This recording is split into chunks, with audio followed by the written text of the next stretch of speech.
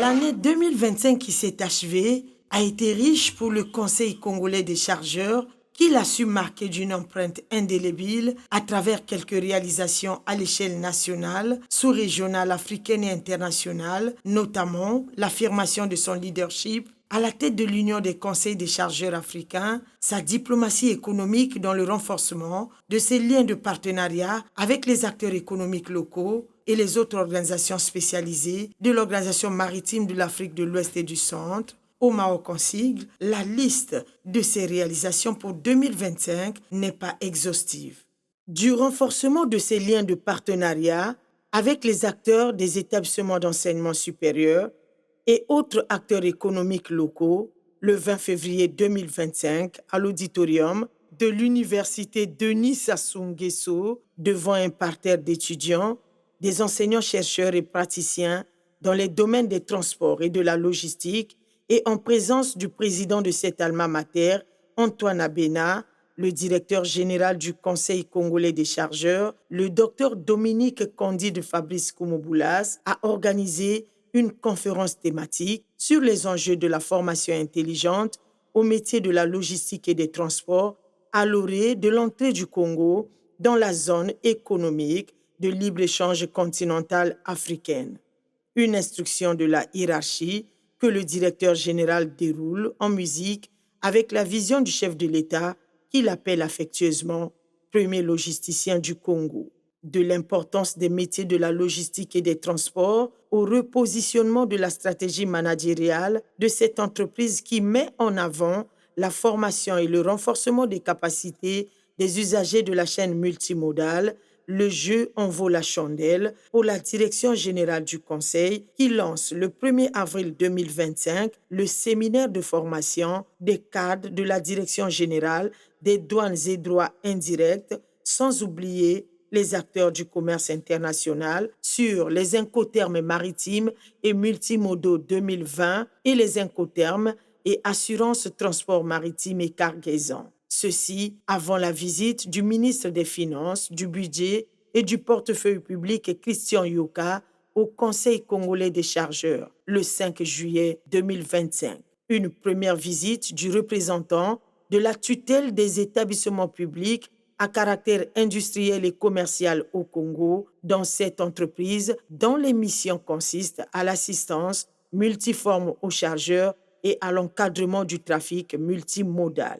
Du leadership affirmé au sein de l'Union des conseils des chargeurs africains. Du 14 au 18 juillet 2025, le Conseil congolais des chargeurs a organisé les 10e journées du chargeur africain, couplées à la 14e Assemblée générale et au comité directeur de l'Union des conseils des chargeurs africains, un rendez-vous de coopération sous-régionale et internationale, placé sous le haut patronage du président de la République, représenté par Madame le ministre en charge des Transports, marraine de l'événement. C'est un honneur pour la République du Congo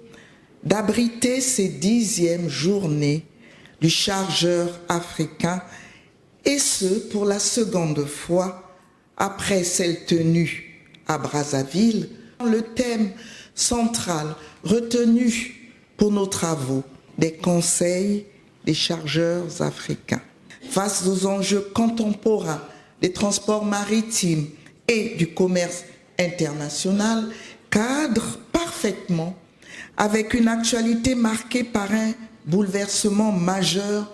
dans le secteur maritime. Au crépuscule de ces 10e journées du chargeur africain et devant un parterre des représentants des 19 pays membres de l'UCCA, le Congo, par l'intermédiaire du directeur général du Conseil congolais des chargeurs et président de cette organisation, a été élu président de l'UCCA, prenant ainsi le témoin de Madame la directrice générale du Conseil sénégalais des chargeurs pour présider aux destinées de l'Union en pilotant les différentes réformes et quelques projets stratégiques. Notre ascension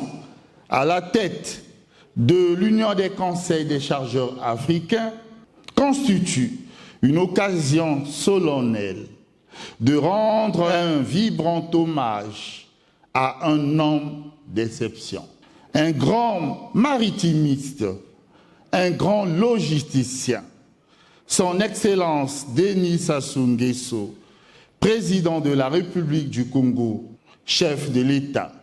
pour son engagement ayant conduit à l'adhésion du Conseil congolais des chargeurs à l'UCCA. En ce qui concerne le parc d'exposition au rendez-vous de l'UCCA à Pointe-Noire, la marraine de cette 10e journée du chargeur africain a inauguré le 10 parc dédié aux acteurs du transport, de la logistique et du commerce international. La satisfaction pour le Conseil congolais des chargeurs, organisateur de cet événement, a bien des raisons. Ça a été un plaisir pour nous de recevoir toute cette qualité d'exposants avec différents produits et aux couleurs carrément du pays. C'est intéressant, ça fait plaisir. Partenaire privilégié du Conseil congolais des chargeurs, c'est vrai,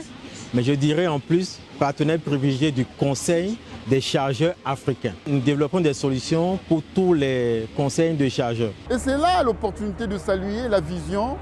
prospective du directeur général du Conseil congolais des chargeurs qui, dès la première année de sa mandature au Conseil congolais des chargeurs, il a lancé son premier projet, la redynamisation du centre Train-Marc de Pointe-Noire, qu'il a transformé en école supérieure par l'art de création. Et aujourd'hui, nous sommes fiers d'accueillir des jeunes Congolais, des bacheliers qui, après l'obtention de leur bac, s'inscrivent en logistique et transport au centre Train-Marc. L'occasion de cette exposition a valu tout son pesant d'or pour tous les participants. Pour nous, ça a été une opportunité pour faire la promotion de nos adhérents, c'est-à-dire que l'Union nationale des opérateurs économiques, c'est une organisation patronale apolitique, non gouvernementale. Et ce que nous faisons, c'est la promotion du secteur privé national. Au sein de l'UNOC, c'est des sociétés qui adhèrent de différents secteurs d'activité, parce que la composition de l'UNOC, ce sont les fédérations qui la composent. Notamment, nous avons la fédération transport logistique. Aussi, vous allez voir que derrière moi, nous avions une présentation parce que nous avons aussi des coopératives qui évoluent dans le secteur agriculture, élevage et autres. À l'orée de la ZELCAF, nous savons bien que nous ne pouvons pas rester fermes en termes de l'économie, il faut le diversifier, il faut qu'il y ait des échanges intra-extra et aussi nous ne pouvons pas rester en marge quand je parle des coopératives. Nous avons la balance qui est là parce qu'il faut parler de la normalisation, de la qualité, il faut parler de la conformité, alors des exigences du marché nous obligent de ne pas vendre comme nous avions l'habitude de le faire dans des tas, mais plutôt faudrait quantifier pour avoir la bonne cotation.